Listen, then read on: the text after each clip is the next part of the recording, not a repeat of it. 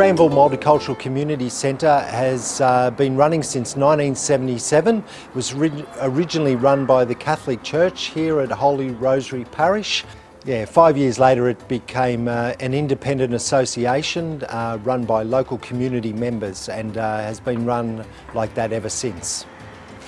So GMCC is really about building the well-being and resilience of individuals, of children, of families and of the community. So in all of our programs we're looking to assist people to feel that they belong, feel that they're accepted and feel that they can add value to the community in which they belong. Some of our staff actually have gone through various programs, whether it be family support or come through a playgroup or an English language class, and we've not only advocated and supported them, but we've also then been able to equip them and watch them grow and develop, and some of them are our part-time and full-time staff members right now.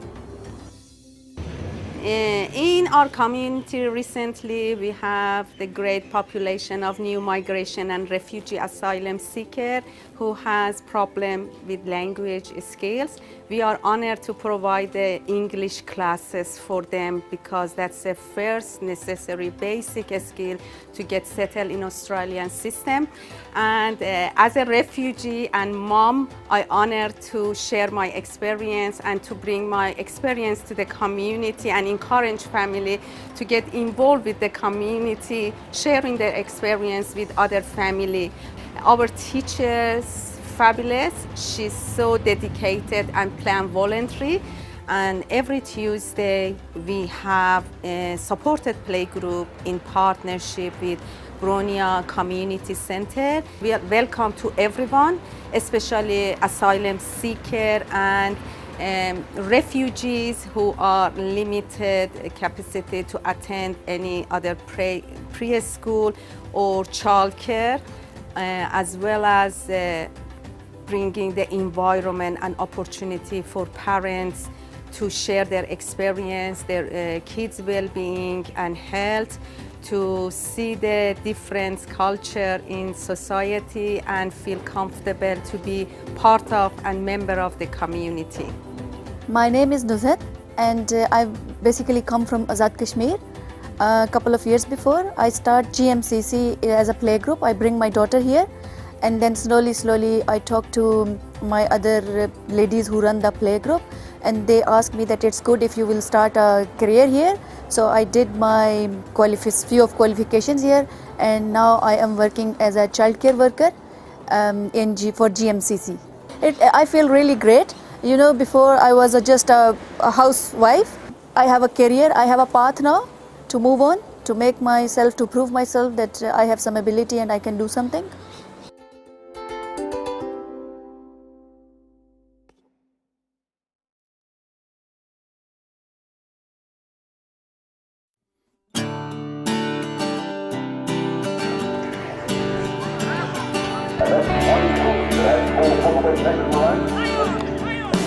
The Gundee Origin started off as a football game, but was obviously meant to be a lot more. And when the football game started up, we weren't that closely involved. But people in the community started coming to us and saying, this is a great idea. And the police then came to us and said, look at what we've got here. We were like, wow, you know, community buying, this is fantastic. This is something that we do every day. We'd love to be part of it. Through our conversations with the police, we realised that we were the perfect organisation to run the auspice on behalf of the whole entire program. So it's been a fantastic learning experience because WINS has always had a close relationship with our local Aboriginal community. Over 20% of our population is Aboriginal. But this has enhanced that relationship significantly. It's absolutely fantastic because it's broken down silos within the community. It's brought together organisations across the community, but it's brought the community together. People are doing so much for this program in the community on a voluntary basis. And it's not only about reducing crime, it's about including people in the community, about building our capacity as a community. The Gundee Origin program, it has a base that it stems from, and it's three elements. It's inclusion, to include everyone, it's reduce crime, and the last element is communities itself. And obviously, Gunji is an Aboriginal word for police, and that's how we're well known throughout the community, as New South Wales police officers are called Gunjis. Gunji Origin is divided up in 2 chapters. Chapter 1 is where it's a games sequence. We invite the West Haven Disability Service in to play league tag. We call them the West Haven Maroons. They're very passionate about their league tag. To combat and challenge New South Wales police officers in partnership with its Aboriginal and non-Aboriginal communities to play together, not against each other, but we play against the West Haven Maroons. So the other chapters of the Gunji Origin program is chapter 2. This is where the heart of all of it is, and that's where we see the inclusion element, reduced crime element, and the community element all coming together. Aboriginal people, non-Aboriginal people of our community, the unemployed, stakeholders alike, whether it be government, non-government, local business owners, they all come together during our meetings, and there's a number of those meetings that happen throughout the year where we all share that conversation at that table, and we, on a proactive basis, we create initiatives to do exactly those 3 elements. Include everyone in that dialogue, in that communication process. We aim to reduce crime in our town, and it's all about the community. So one of the initiatives that came out of the Reduced Crime meeting was a dog and a dealer program, and what happened was our reports to Crime Stoppers went from 2 to 3 per week to a peak of 8 per day.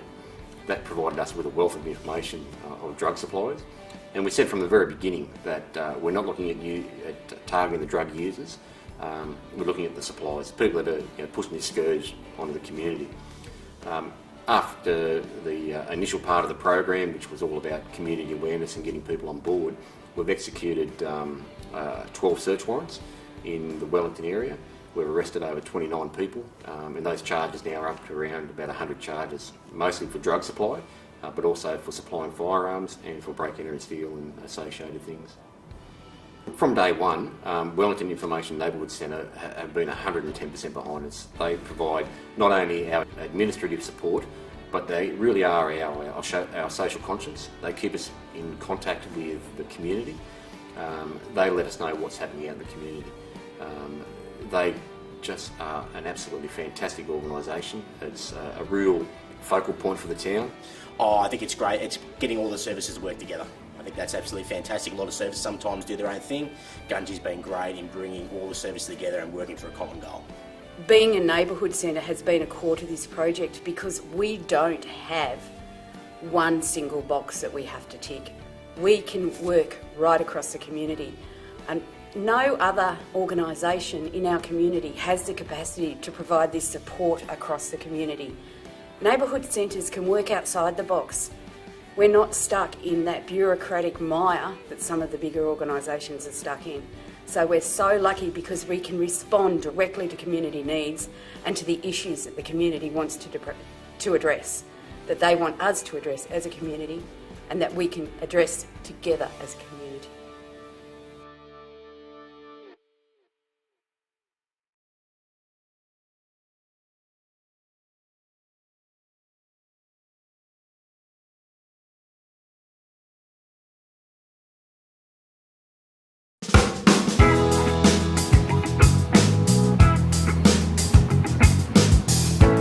My name's Liz Yo, I'm the CEO at the Newtown Neighbourhood Centre, and the key things that we do, we work with some of the most vulnerable people in the community, particularly people at risk of homelessness and social isolation. We also work hard to protect what we call the Newtown vibe, so we have great events and things like the Newtown Festival, which is a huge event, the markets on Saturday, and other one-off projects and initiatives that we put on, like Sydney Vision Song Contest, that help protect and preserve that quirky vibe of Newtown. So we went out to the community at our markets in May last year, May 2015, and we just asked 3 simple questions. What do you love about Newtown? What would you change? And how would you change it? I think we spoke to over 300 people, and we got some strong themes, particularly around the diversity and the quirkiness of Newtown. The other thing that was news to me was that there were particularly some young people saying they really felt like that vibe was a bit at risk. You know, it was getting felt a bit more unsafe late at night. Then in June there was a serious incident where a transgender person was bashed at a local hotel. That really got a lot of media attention, really galvanised a lot of the community. And so in response to that, working with the local member and the local business precinct and ACON, we decided to put on a public meeting, which we facilitated here at the Neighbourhood Centre.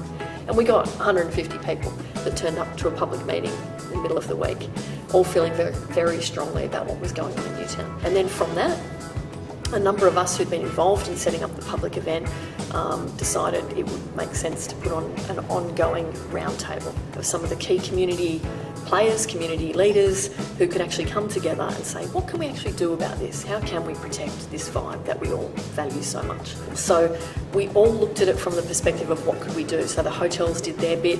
They actually did a voluntary early close, for example. The councils did their bit. They looked at late night taxi ranks on King Street and advocated for that.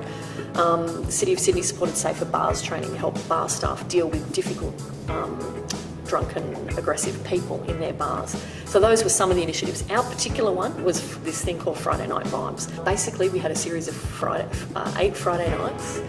We're out the front of our neighbourhood centre, which is right in the heart of Newtown.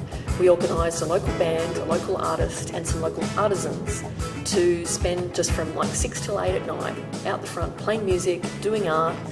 And it just created this really nice Friday night vibe. The other thing we did, which people love, is we handed out flowers at the train station, just saying, welcome to Newtopia. This is what we dream of. Well, I've seen Newtown Neighbourhood Centre as being really critical in bringing the different players together.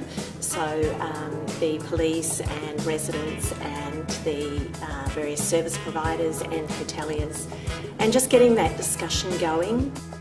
I think it's been really useful from a business point of view.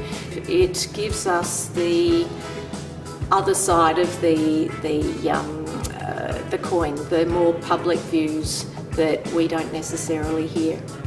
The Neighbourhood Centre seems to be a little bit of the heart of Newtown. It is this amazing support structure. It is almost, geographically dropped right in the centre of Newtown. All the streets, all the main roads sort of splay off away from the neighbourhood centre, and they're the people that are trying to bring everyone together to work towards preserving this community. It's they are a very important part of facilitating this.